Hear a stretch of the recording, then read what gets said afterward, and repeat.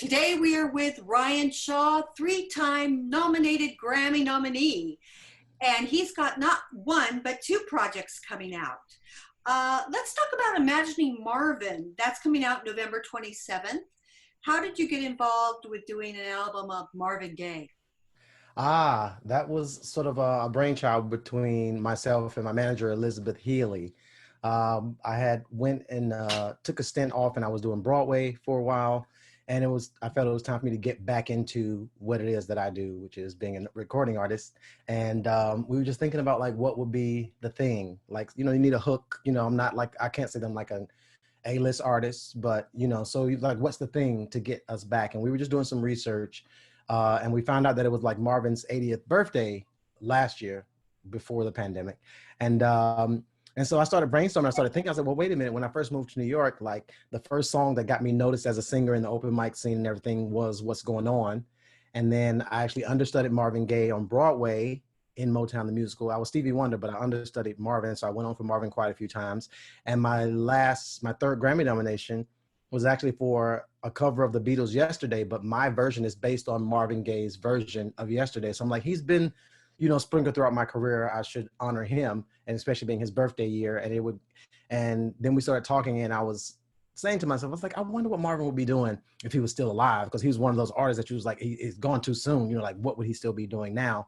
And so I was like, oh, maybe I should do an album that not like a Marvin tribute album, but to like expand on that and imagine like, add myself into it and become what I feel like, add his artistry, what I learned from him into my artistry, and imagine what he would be doing today. And so that's how it was birthed.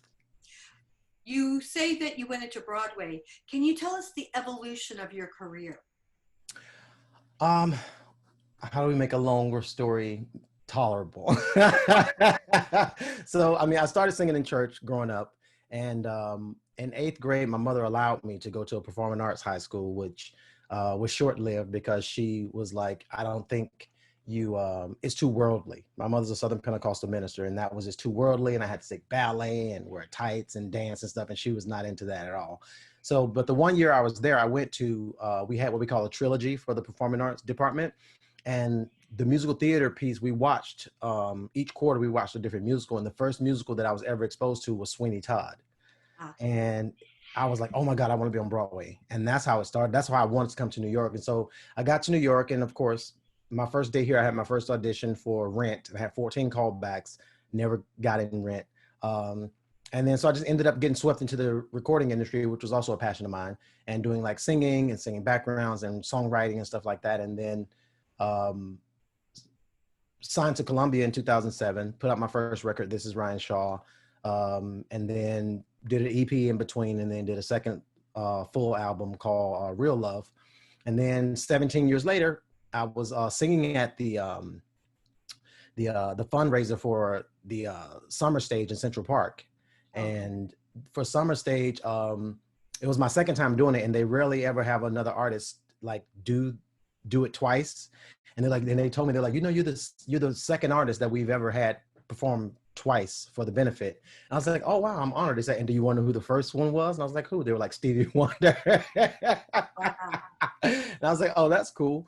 And so I was doing it then, and then the conductor, it was with the Youth Pops, and the conductor for the Youth Pops, he was also working with Motown, and he was the musical director at the time for Motown the musical. He was like, I don't know if you act or anything, but you're amazing, and I'm going to see the director tomorrow and some of the creative people. Would you come and sing? I was like, yeah, I act. I'm not doing anything. And so I went, and then the rest is history. And I ended up playing Stevie Wonder on Broadway.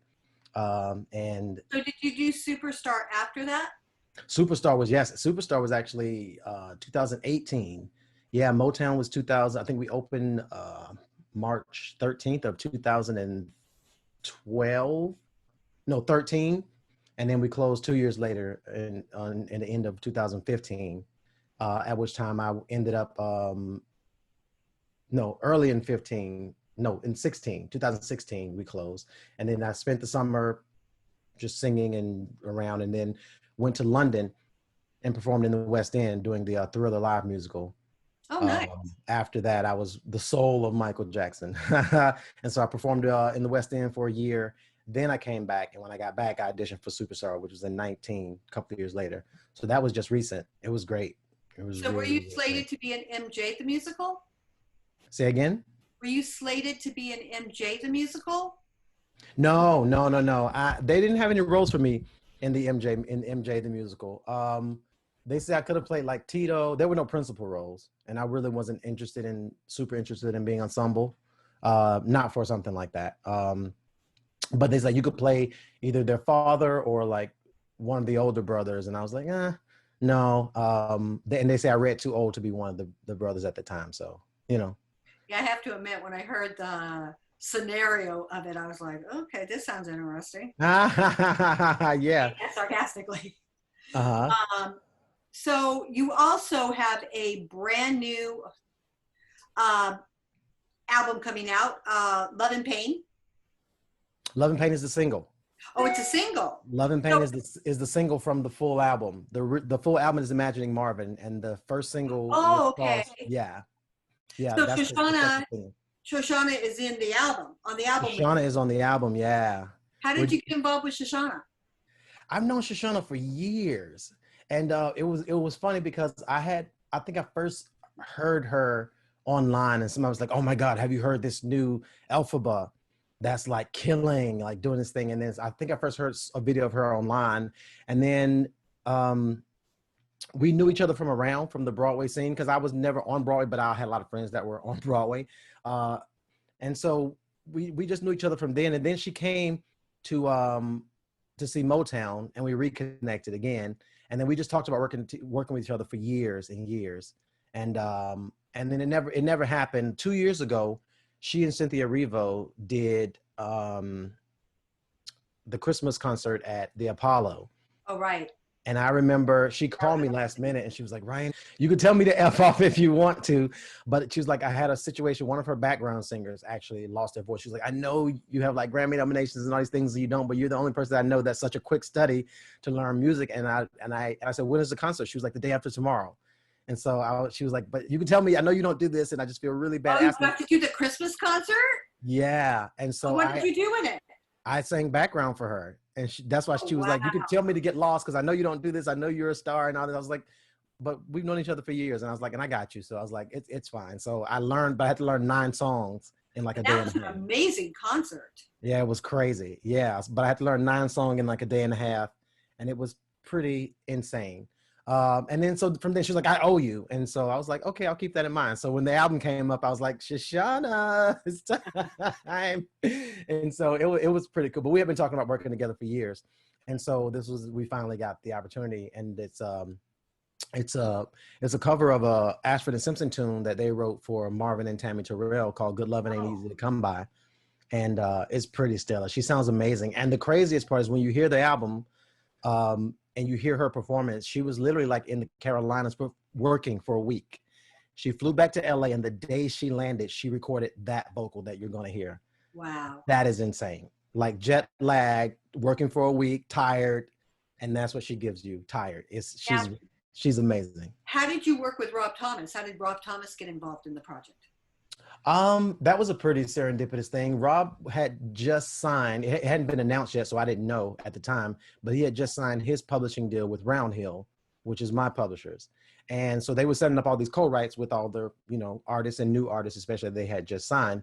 And so they set up a writing session with me and Rob Thomas. It was like, oh, is you and Rob Thomas? I was like, of course I know who Rob Thomas is. And I was like, cool. And so it was also my second Zoom writing session since this whole COVID thing had happened, which was insane.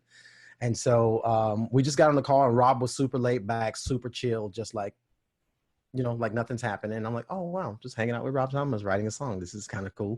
But the song ended up being so good that actually the album was done. The Imagining Marvin album was pretty much the making an album of the show. I had to make sure that when I did this album, that it didn't feel like just a Marvin Gaye's covers album.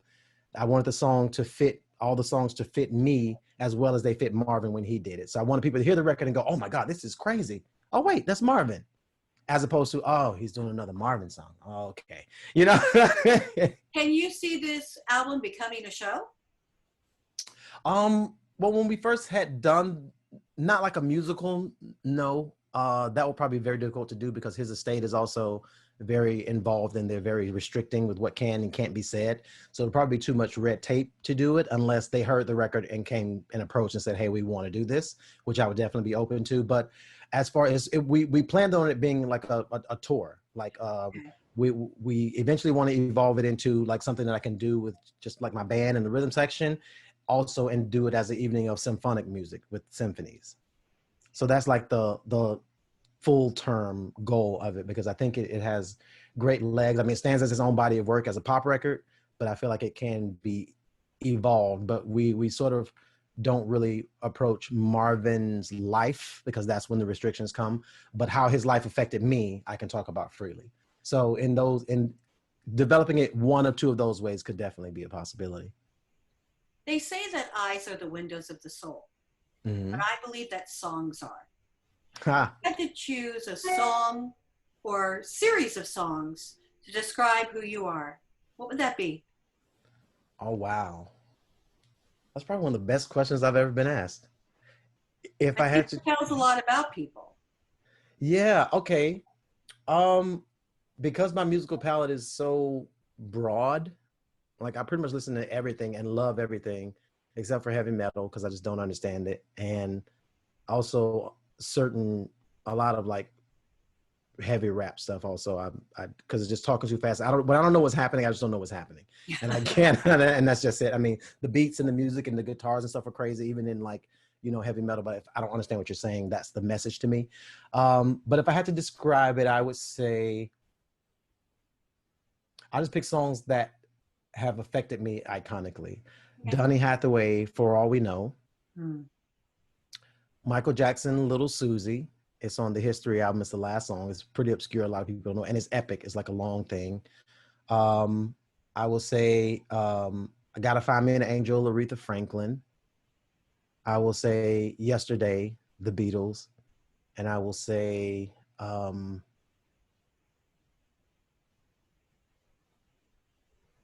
would say, and then I'll pick two albums.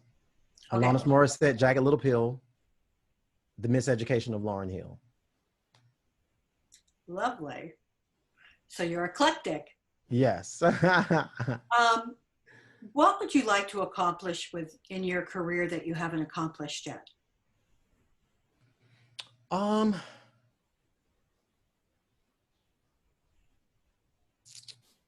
Like, what's the next step in your world? yeah, I think it's really just to let this new project sort of project its longevity for me in the industry. I mean, the first two records they did well, but at times like the touring would slow down, and just to keep the momentum going until you reach that A-list level where you're always saying that people are calling you for stuff and not doing so much of the fighting, but just enjoying and being able to create freely and not. I don't really You're think I have. finally invited to the table. Yeah, yeah. I mean, I'm invited a lot of times now, but where the table is like made for me. It's like this. We want to make a table for you, that kind of thing. Uh, that's the goal, to be able to just sustain in that place, to be able to tour when I feel like touring, to be able to step into any venue and make things happen, pretty much. Now you write as well. What kind of songs do you see coming out of you in the near future?